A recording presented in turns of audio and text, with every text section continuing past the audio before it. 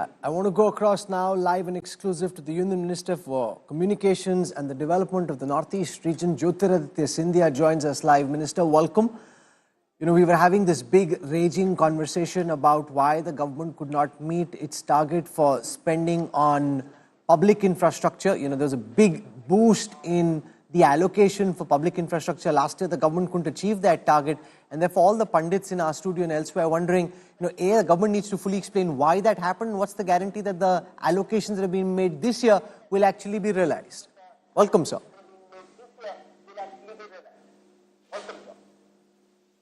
So, Rahul, it's a pleasure to be on your show, and through you, my best wishes to all our viewers.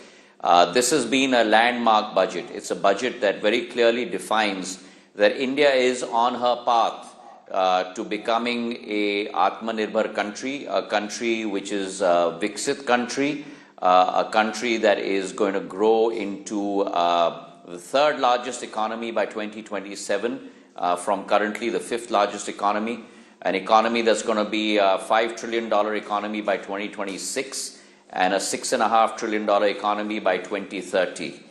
It's a budget that very clearly identifies the four pillars of that growth, and that is very clearly the Garib, the Annadata, the Yuva, and the Mahila.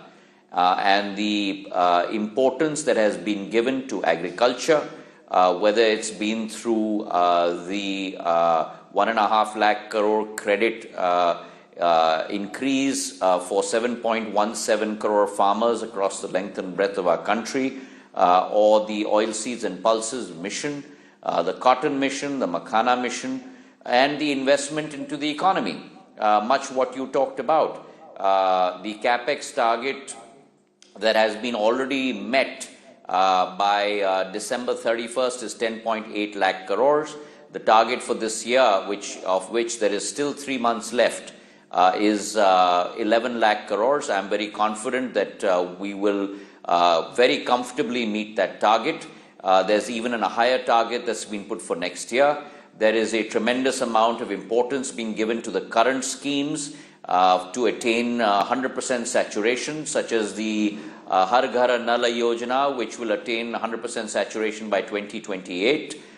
Tremendous amount of focus on infrastructure, including roads, airports, Udan scheme, as well as the railways, and most importantly on technology, because technology is what's going to power the globe, and most importantly India to be a leader in that globe.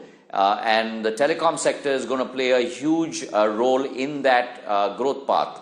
And therefore, I welcome wholeheartedly the Center of Excellence for AI, the funding of deep tech, a 10,000 crore fund being put together, and also the huge amount of reform on direct and indirect taxes.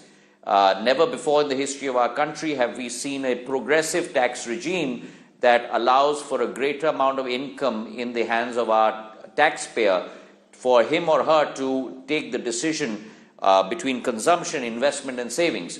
You've seen that happen for the first time in the last 10 years of Prime Minister Modi's rule, where from a 2.5 lakh level of tax exemption, we've gone successively to 5 lakhs in 2015, to 7.5 lakhs in 2019, to 9 lakhs in 2023, and now 12 lakhs. And similarly on the indirect tax regime, where we are going to cut it down to 8 slabs, including the 0% rate, come out with a simplified direct tax code, and most importantly, all of this keeping in mind fiscal prudence. We are ending up with a 4.8% fiscal deficit this year. The target for next year is 4.4%, which means a reduction of 400 basis points, even though, Rahul, the FRBM talks about 4.5% for FY26. So we're actually 100 basis points below the FRBM target. So I'd like to, from the bottom of my heart, as a citizen of India, thank the Prime Minister and thank the Finance Minister for coming out with a most amazing budget that will propel India and all its citizens forward. Shankar Iyer has a question for you, Mr. Good evening, Mr. Scindia. Your department posts has a mention in paragraph 26 about being a catalyst for rural commerce and stuff. I had two questions. Why is the India Post still only a payment bank? It has more branches than most banks have. Why isn't it a full-fledged bank? And the second, post offices world over are being deployed as logistics company. Isn't it time we sort of liberated India Post from its old role and created it a logistic company, corporatized it, maybe list it? I mean, I remember writing about listing India Post maybe 20 years back, and we have still sort of crawled to the point where it is still a payments bank. I think it's a disservice to the spread, reach, and the potential of India Post that it continues to be only a payment bank. So I think, Shankar, you're both right and you're wrong. Let me just clarify this for you. The India Post Payments Bank is a wholly owned subsidiary of India Post. It's only one of the verticals of India Post. The India Post Payments Bank has done a yeoman's job in the last 3 to 4 years of its inception. Let me give you some of the details on that. We were supposed to break even by FY 27-28. I'm glad to report to you that we have already broken even this year in the 9-month results between you and I as a post payments bank is concerned. We have close to about 11.5 crore customers as on date. To answer your query in terms of transforming into a full-fledged bank, you're very aware that the RBI has very strict regulations between what can be a commercial bank and what can be a post payments bank. And it's not that it's easy to fungibly twin both of those aspects. You cannot do that under the current regulatory regime. But having said that, as I mentioned, this is only one vertical of India Post. India Post is a most amazing organization. You're absolutely right. We have 165,000 points of sale.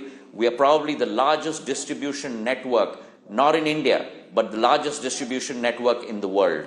We have close to about 2.75 lakh Grameen Dak Sevaks, whose one mission in life is Dak Seva Jan Seva. This is the motto that I had evolved with them way back in 2008 when I was a Minister of State in this department. We are looking forward exactly on the lines that you're talking about.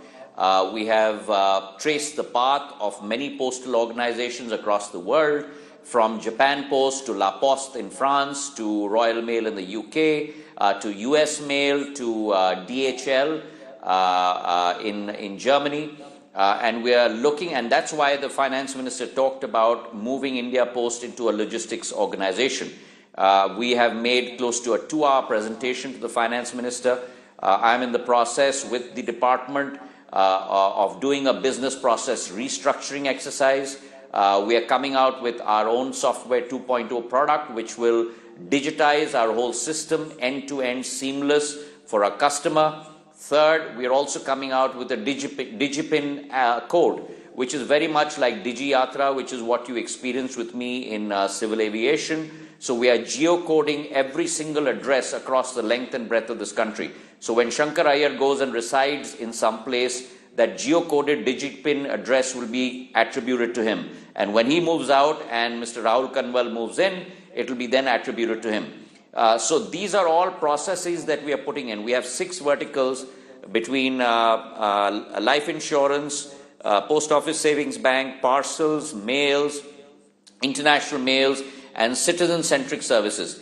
We're looking at all of those 6 verticals, looking at the value chain for each, doing an operations exercise across all of them, consolidating a lot of their operations into hub and spoke. And I'd love to spend some time with you on this and with Rahul in terms of what we've got cooking at India Post. So we have great plans for the next couple of years. We are today a cost center for the government of India, and it's our hope in the next 5 years to turn it hopefully into a profit center for government of India. I hope you list it. I hope it will be listed.